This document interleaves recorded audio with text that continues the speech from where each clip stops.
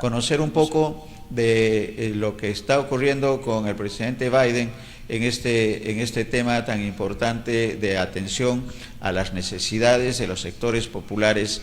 Si Estados Unidos tiene atención a través del presidente Biden a los sectores populares, imagínense lo que nosotros tenemos que hacer acá con pobreza extrema y pobreza altísima en porcentajes y que se han incrementado sobre todo en este tema de pandemia. Por ello ya está nuestra amiga, colega y analista internacional Drely Ríos Salazar desde Miami para estos miércoles, que dejamos un miércoles de comunicarnos con el tema de los miércoles blanquirrojos, Drely, y esa experiencia que ha significado Distrito 27 Perú, que entiendo continúa. Así que la primera parte, antes de hablar de Biden, conjuntamente con Miguel Ángel, Drely, con la bienvenida a tu programa Ánfora 2021, ¿cuál ha sido la evaluación de la primera vuelta, de esto que estamos ya en segunda vuelta, y cómo la comunidad de peruanos en Miami y en Estados Unidos está tomando esta segunda convocatoria a las urnas? Drely, bienvenida. Gracias, Néstor. Siempre es un honor estar con ustedes en Ánfora 2021 y de hecho seguimos todavía inmersos en el proceso electoral, ya en una segunda vuelta. Un saludo también especial a Miguel Ángel Risco, quien está también en estudio. De hecho, es una serie de sentimientos encontrados, no solamente durante la primera vuelta, que por cierto ya tenemos nuestros 2 congresistas PECs, pero yendo al tema electoral propiamente dicho, nos encontramos en una segunda vuelta cargada de emociones. Y aquí básicamente lo tengo que decir expresándome saliendo de la ecuación como tal, porque como peruana, aun cuando esté en el exterior, definitivamente la situación es compleja. Pero como lo decía, tomando la mirada panorámica, así satelital, y despejando las emociones, saliendo de la ecuación, es importante que también los electores podamos ver las propuestas como tal, no solamente el choque que existe entre un candidato y otro, porque así podríamos tomar una decisión mucho más informada y sobre todo podríamos analizar y contrastar qué es lo que vino ocurriendo históricamente y del mismo modo qué es lo que se prevé que ocurra posteriormente. Y cuando digo qué es lo que se prevé, también estoy tomando la situación por la cual está atravesando El Salvador, Colombia y Estados Unidos propiamente dicho. Si bien es cierto, nuestros países en estos momentos se encuentran afectados por una especie de huracán o maretazo, como querramos decirlo así, político, porque estamos yendo hacia corrientes ciertamente extrañas, es importante que los candidatos políticos en este caso puedan influenciar en la decisión del voto, pero explicando básicamente el cómo. Y sobre todo, aquí va la invitación para los analistas políticos, tomar en cuenta en la propuesta de trabajo, el plan de gobierno que plantea cada uno de los candidatos, refrescar con las posiciones actuales, manejar esa famosa hoja de ruta que creo que sirvió, por ejemplo, durante el gobierno de Ollanta Humala y que permitió a la conciencia de muchos peruanos por lo menos sentirse tranquilos en función a la nueva promesa reimaginada a partir de esa influencia que se tuvo por diversos sectores políticos. Y también porque en Estados Unidos esto ha venido funcionando. Y quizá antes de hablar de Estados Unidos, no sé cómo se encuentran ustedes, cómo está la coyuntura actual, que además del debate, que valga la pena felicitar a Chota, creo que esta ha sido una gran oportunidad para demostrar que el Perú en el interior también se encuentra preparado y listo y sumamente concientizado para afrontar desafíos como estos. No sé cómo están ustedes viviendo en estos momentos los días después del debate. Estamos a 32 días de las elecciones y voy a ceder la palabra a Miguel Ángel, que también tiene un panorama de nacional de esta segunda ola, digamos, que nos va a llevar a las urnas el 6 de junio. Miguel Ángel.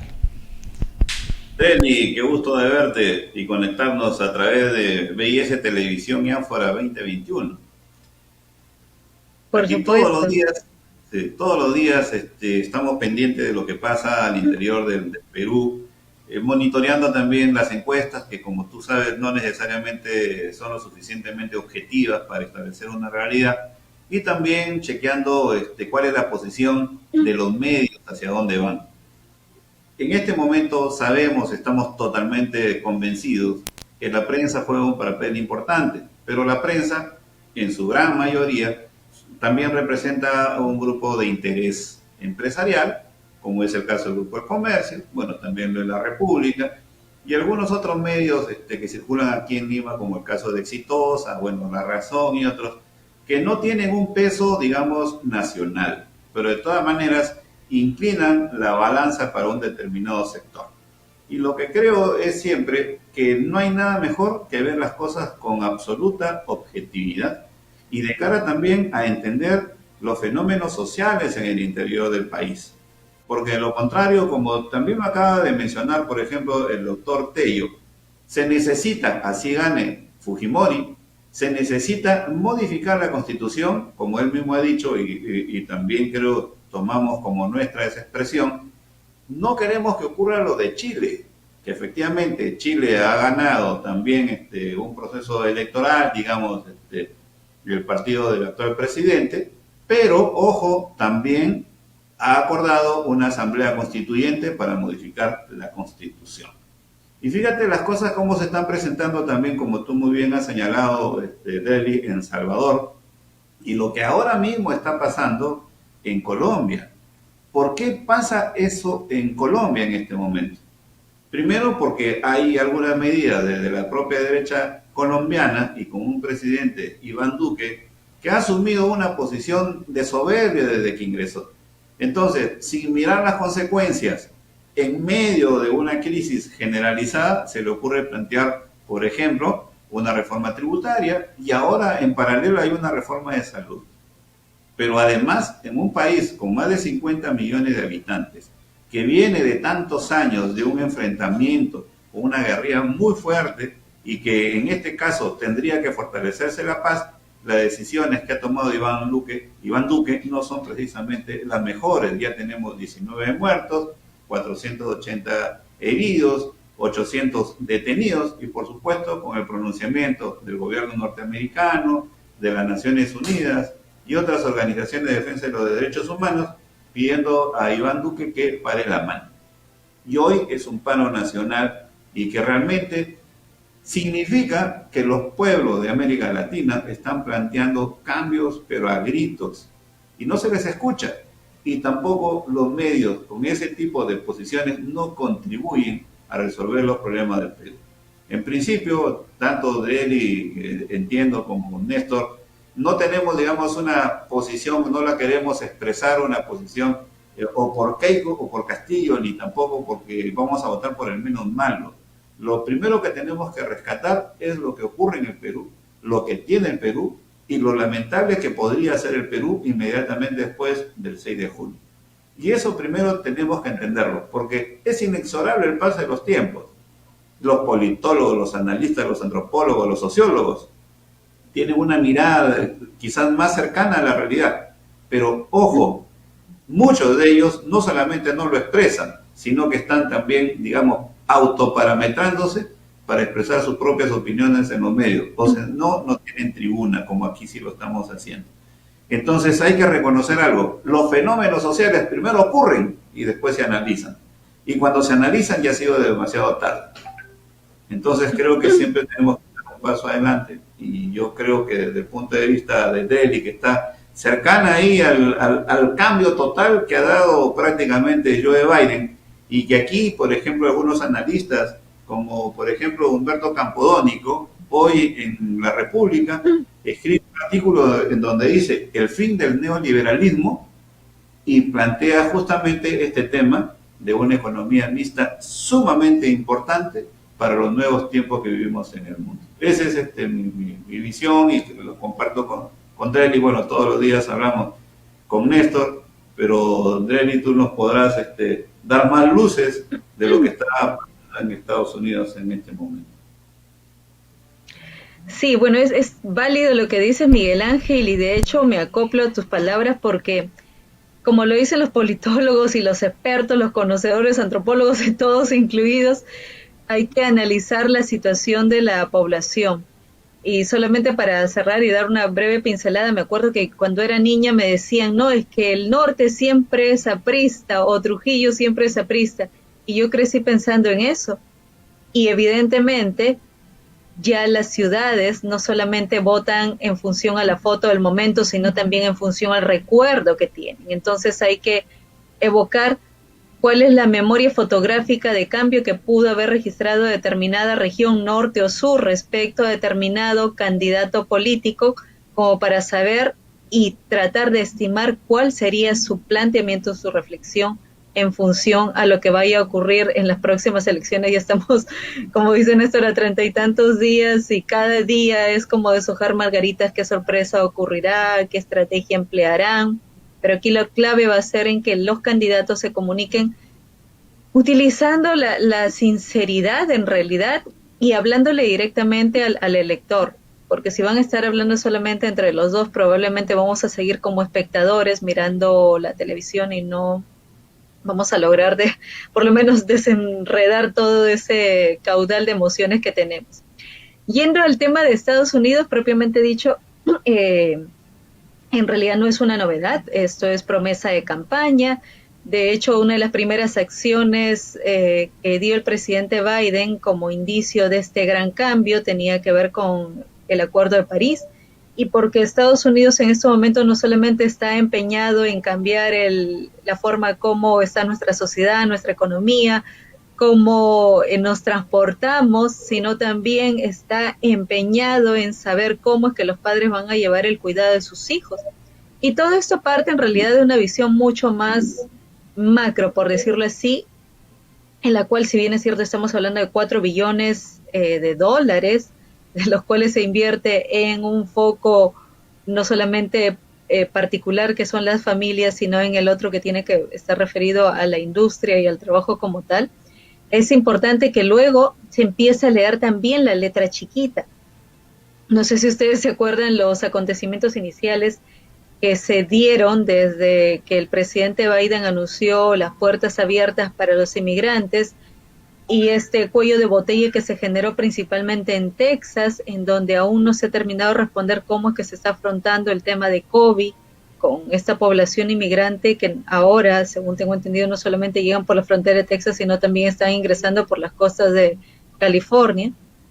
Es bueno ver el cómo. Y cuando digo el cómo es cuando ya tratamos de desenredar y llegar a la letra chiquita. Por ejemplo, en el tema de las familias, si bien es cierto, la preocupación mundial dice que los gobiernos deben atender salud y educación como tal. Dentro de salud, por ejemplo, era muy fuerte la propuesta que se daba a nivel del Partido Demócrata para atender básicamente el cuidado de la población en temas de prevención, en temas de atención y cuidado de la salud, más allá de la cantidad de dosis de vacuna que se vayan a aplicar. Sin embargo, el presidente Biden ha dicho, por ejemplo, que se va a ver la manera de conversar con las empresas o las grandes empresas farmacéuticas para reducir el precio de los medicamentos. Hasta allí suena bonito, aún no se ha dicho cómo. Sin embargo, la esperanza va a radicar en esta parte, en que se explique cómo es que se va a reducir el precio de los medicamentos. Eso solamente para dar una pincelada, porque en realidad la expectativa es bastante grande. Y como lo dije, parte desde una visión bastante global, ¿no? Bastante demócrata como tal, en la cual estamos pensando no solamente en construir infraestructura mucho más resiliente, sino que también como Estados Unidos se está planteando, se está planteando el reto de ser la economía o la nación que pueda ser un referente para el tema del cambio climático, por ejemplo. Y las metas son claras. Los Objetivos de Desarrollo Sostenible nos dicen al 2030, hay ciertas metas que van a ser logradas al 2032, y del mismo modo la meta que se está replanteando es hacia el 2050, ser el líder a nivel mundial en el enfrentamiento a la situación climática por la cual estamos atravesando, y evidentemente deducimos que toda esta pandemia, toda esta situación tiene que ver mucho con esa causa y concibiéndose como consecuencia en realidad.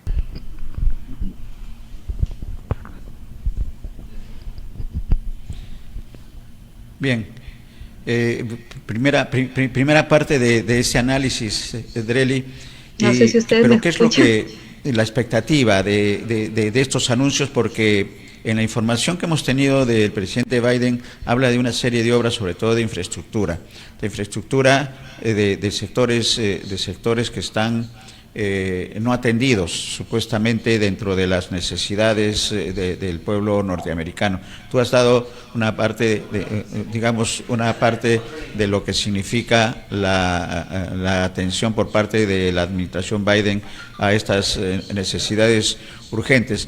Pero, ¿qué es el comentario? ¿Cuál es el comentario de los opositores políticos, uno, y dos, de los, como bien dices, de los analistas, de lo que puede significar el destinar una cantidad importante de millones de billones de dólares para este cambio? Por ejemplo, solamente si hablamos de un sector que es el sector de infraestructura, Drely, ¿cómo se está manejando esa información y en ese escenario? Bueno, hablando del sector de infraestructura, uno de los puntos de campaña que fue vital en este caso tenía que ver con la temática ambiental. O sea, si bien es cierto, estamos ingresando en una transición de la economía lineal a la economía circular, en el caso de los republicanos, ellos son pro petróleo, pro tipo de economía tradicional. Entonces allí hay un corte clarísimo, porque el incrementar el volumen de inversión para mejorar el cambio climático o generar estas ciudades mucho más ecosostenibles implica no solamente la infraestructura como tal, implica también la inversión en ciencia, en tecnología, en innovación, y por supuesto implica también la generación de nuevos trabajos. Cabe poner entre paréntesis que el presidente Biden en una de las propuestas de campaña había dicho que el ingreso mínimo por hora iba a subir a $15 y se acaba de dar. Benditos aquellos que están trabajando dentro del gobierno, porque esas personas van a poder ganar $15 la hora. Ahora, ¿de dónde va a salir el recurso para pagar $15 la hora? Eso no se ha especificado aún. Estimo que se va a hacer en algún momento o cuando sean llamados para brindar los detalles de cada implementación en este caso.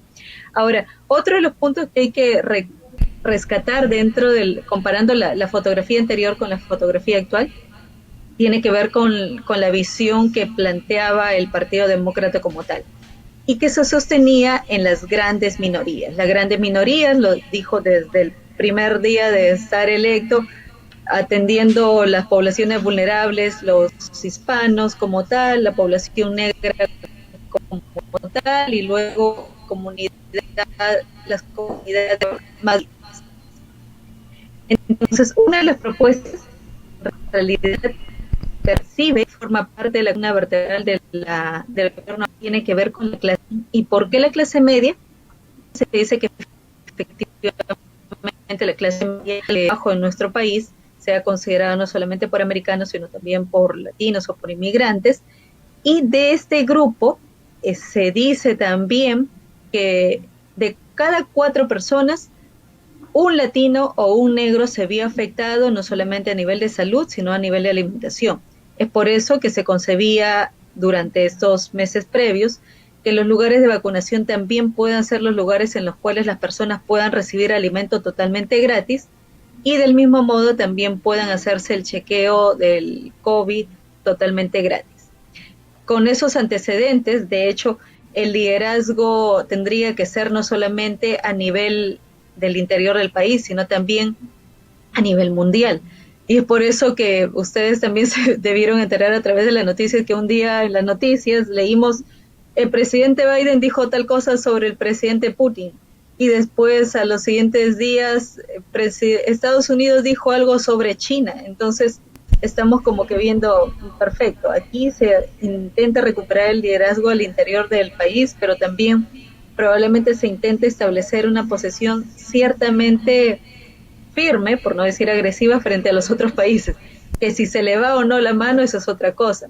Ahora, hay que ver que dentro de estas grandes minorías, cuando se habla de latinos, se habla de hispanos, había un tema, no me acuerdo cómo se dice exactamente en español, pero era algo así como la retórica del odio versus a la luz de esperanza que podían enfrentar los latinos e hispanos e inmigrantes.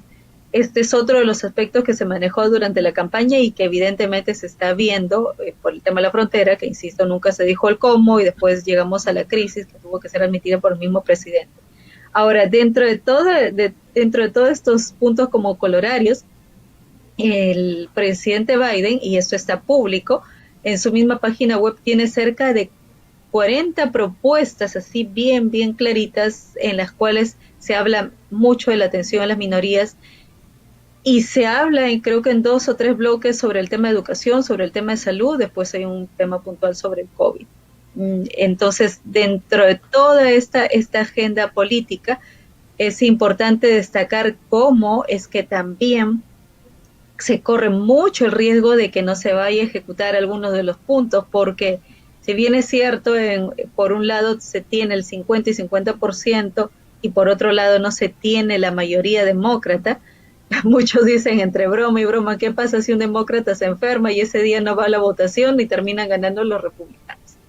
Lo cierto es que los 100 días de gobierno vienen a ser siempre el pulso de lo que va a ocurrir más adelante, que ya tenemos el sueldo mínimo incrementado a $15, check.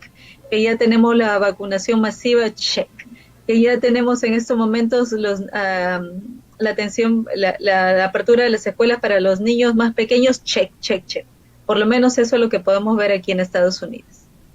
Drely, y en ese escenario interesante, porque has analizado el tema de la política norteamericana internacional y su posición quizás un poco más activa frente a Rusia y frente a China, sobre todo frente a China, y en ese escenario los aliados naturales de Estados Unidos son Inglaterra y países de Europa.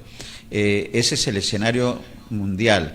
Y en el escenario interno, recordamos que a Biden en la campaña, el candidato Trump, que era presidente en ese momento, lo acusó de socialista, e incluso hasta de comunista en Estados Unidos, ¿no? Entonces, con todos estos cheques que acabas de dar, la posición se mantiene con respecto a este, o qué denominación le están dando a esta política interna que está aplicando el presidente Biden, atendiendo a los requerimientos, evidentemente, de mayorías que no están siendo atendidos en los aspectos que ya le diste el check, o la población norteamericana ya le dio el check. ¿Cuál es el comentario ahí sobre ese tema, Drely? Evidentemente, ajá, muy buena la pregunta, porque evidentemente todo va a pasar, es un país capitalista y todo va a pasar del volumen de las inversiones. Ahora, hablando de China propiamente dicho, estaba revisando, por ejemplo, la perspectiva o la mirada de Naciones Unidas y auguraba que en algún momento tanto China como Estados Unidos llevarían unas buenas relaciones en función a los desafíos del cambio climático. En este caso, para China sería un paso agigantado, considerando que es una de las economías muy potentes actualmente y que Estados Unidos depende también de China. Aquí, por ejemplo, sin llegar a la denominación de la coyuntura actual del gobierno presidencial, que por cierto es bueno indicar que está siendo como que muy, por ponerle una palabra muy latina, muy bonachón el presidente. Aparece muy poco en los medios de comunicación. De hecho, cuando apareció hace poco, incluso recogiendo la florecita para la esposa, pues esa era la noticia, el presidente se agachó a recoger la florecita para la esposa. Es decir, le están cambiando la cara a la Casa Blanca. Ya no es el presidente que tomaba el paraguas para sí mismo y dejaba que la esposa se le acabe todo el peinado y el maquillaje durante la lluvia. Pero digamos que esas son las cuestiones anecdóticas. Lo cierto es que volviendo al tema de que estamos viviendo en un país totalmente capitalista en el cual el tema de las inversiones son determinantes, es importante que podamos reconocer cómo es que el actual gobierno, la actual Casa Blanca va a lidiar con la efervescencia que están causando las Big Tech. Y es porque, si bien es cierto, el dólar como moneda fiat ha decaído en comparación a las otras monedas a nivel mundial, esto probablemente no se está diciendo públicamente o no se está comprendiendo a nivel de los ciudadanos de a pie. Nosotros vemos hasta ahora, claro, 4 billones de dólares para destinar a las poblaciones menos favorecidas nos parece impactante, nos parece mucho más impactante cuando se habla de familia y que los padres van a tener el daycare gratuito para que sus hijos puedan estar atendidos por otros profesionales y expertos, pero cuando miramos la economía, también por allí surgen grandes desafíos, ¿no? Si hablamos, por ejemplo, de la industria automotriz, Estados Unidos en estos momentos tiene muy debilitada el tema de la industria automotriz, prueba de ello es que General Motors está operando en China, y se prevé que dentro de esta estructura que plantea el presidente Biden se podría crear 1 millón de empleos de tal manera que podamos recuperar también el liderazgo dentro de la industria automotriz. Ahora, cuando se habla del sector eléctrico propiamente dicho, que es otro de los puntos claves para el cambio climático, hablando de las energías renovables, también se estima que para el año 2035 estaríamos libres de contaminación por carbono. Este es un desafío muy grande y por eso los republicanos en realidad objetan diciendo de que en este momento la prioridad no es invertir en infraestructura porque existen otras prioridades que parten con la necesidad mundial, que es salud y educación, es decir, no solamente en el tema de la vacunación, sino en todo el proceso de salud como tal, a diferencia de nuestros países que desafortunadamente tienen mucha deficiencia para las camas UCI o para los balones de oxígeno, en este caso tiene que ver con el tema del costo por la atención de salud.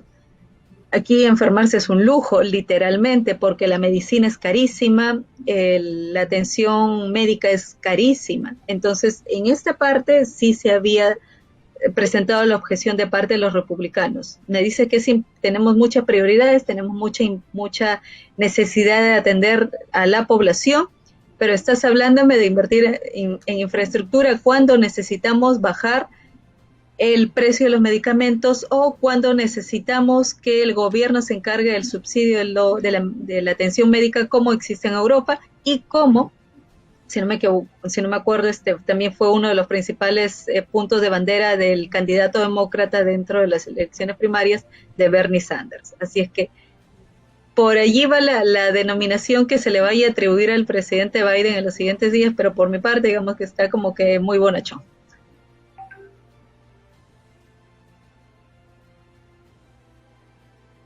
¿No?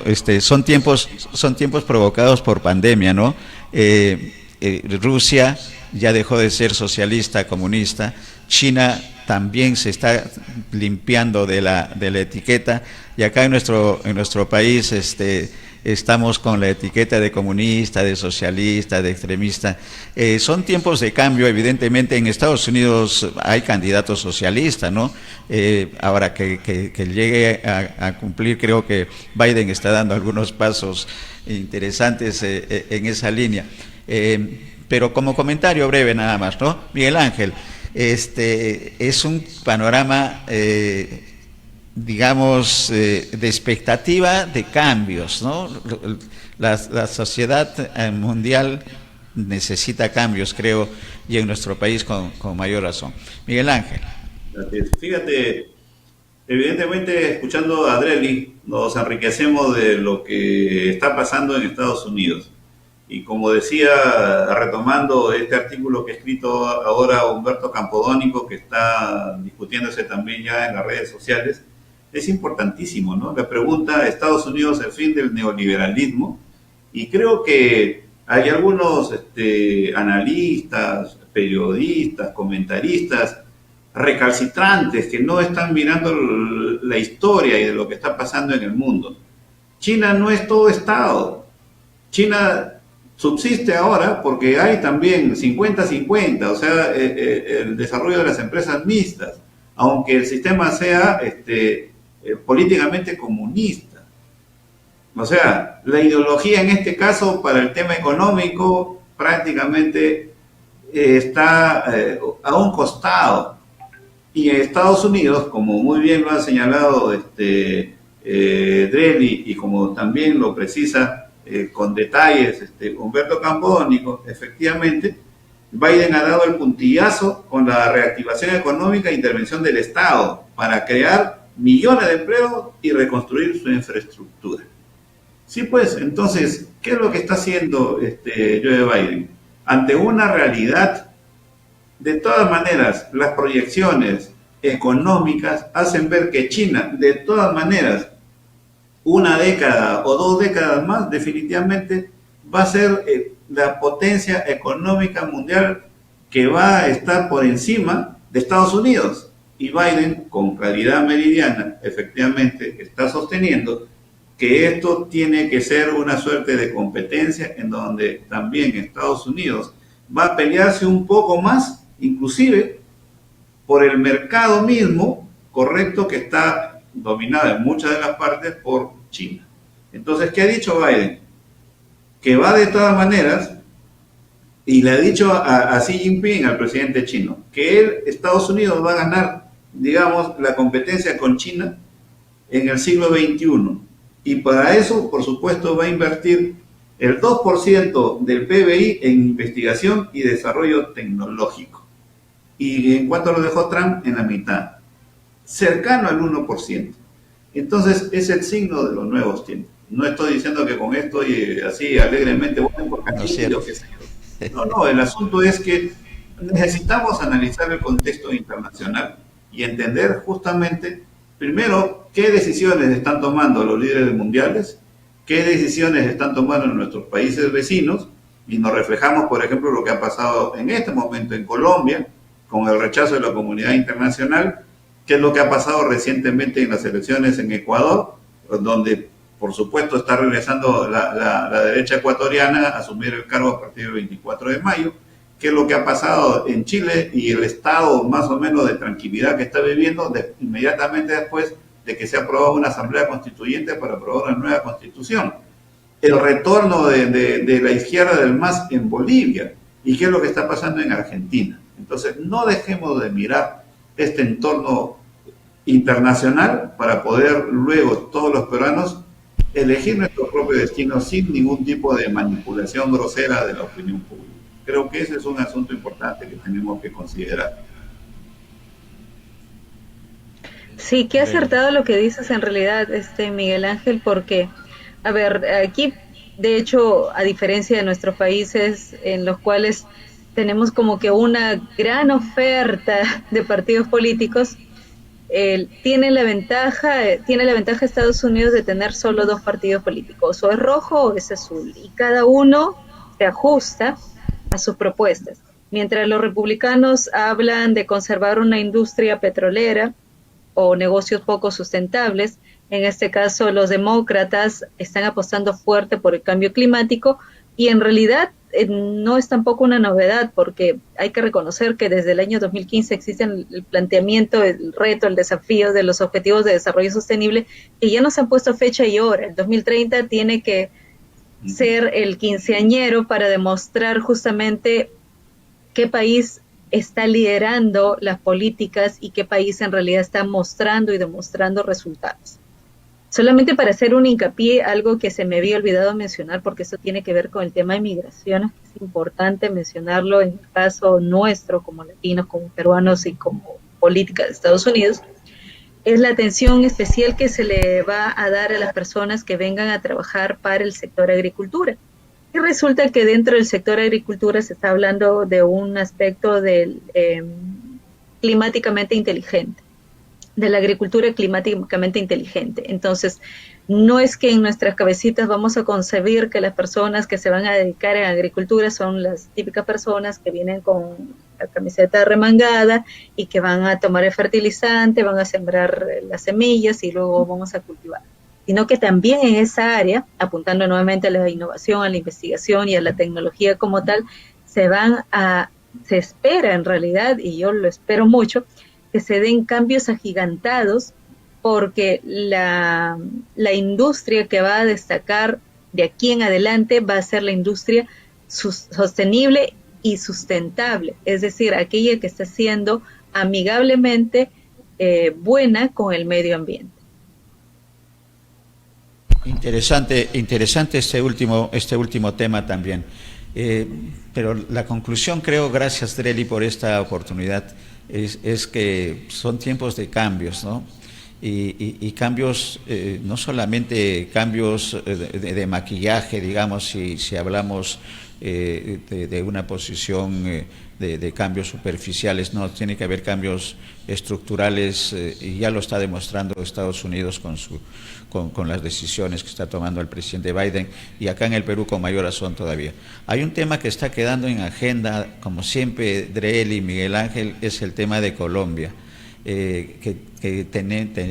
Tenemos que conversar también, y con la visión tuya internacional, Dreli, va a ser importante. Los próximos días, ojalá que tus tiempos lo permitan, Dreli, podamos hablar también sobre el tema de Colombia, que es muy referencial por lo que está ocurriendo, y que de alguna manera es un reflejo de lo que también puede ocurrir acá en nuestro país. Definitivamente son realidades parecidas, somos países hermanos además, entonces la problemática es idéntica. Dreli, palabras finales, que se esté quedando en el comentario, en esta ola de socialismo no socialista, ¿no? De acciones, yo le diría sociales, ¿no? Son soluciones sociales a grandes problemas sociales, que esa debe ser más que la etiqueta de comunista o de socialista o de izquierda o derecha, ¿no? Y lo importante, creo que además, es el tema del pragmatismo. El tema del pragmatismo que nosotros debemos vernos, y siempre lo hemos dicho con Miguel Ángel, debemos vernos reflejados y el espejo de los países asiáticos, que con menos riquezas, como el Perú, que tiene el Perú, está en una situación muy privilegiada, y esa puede ser una especie de guía.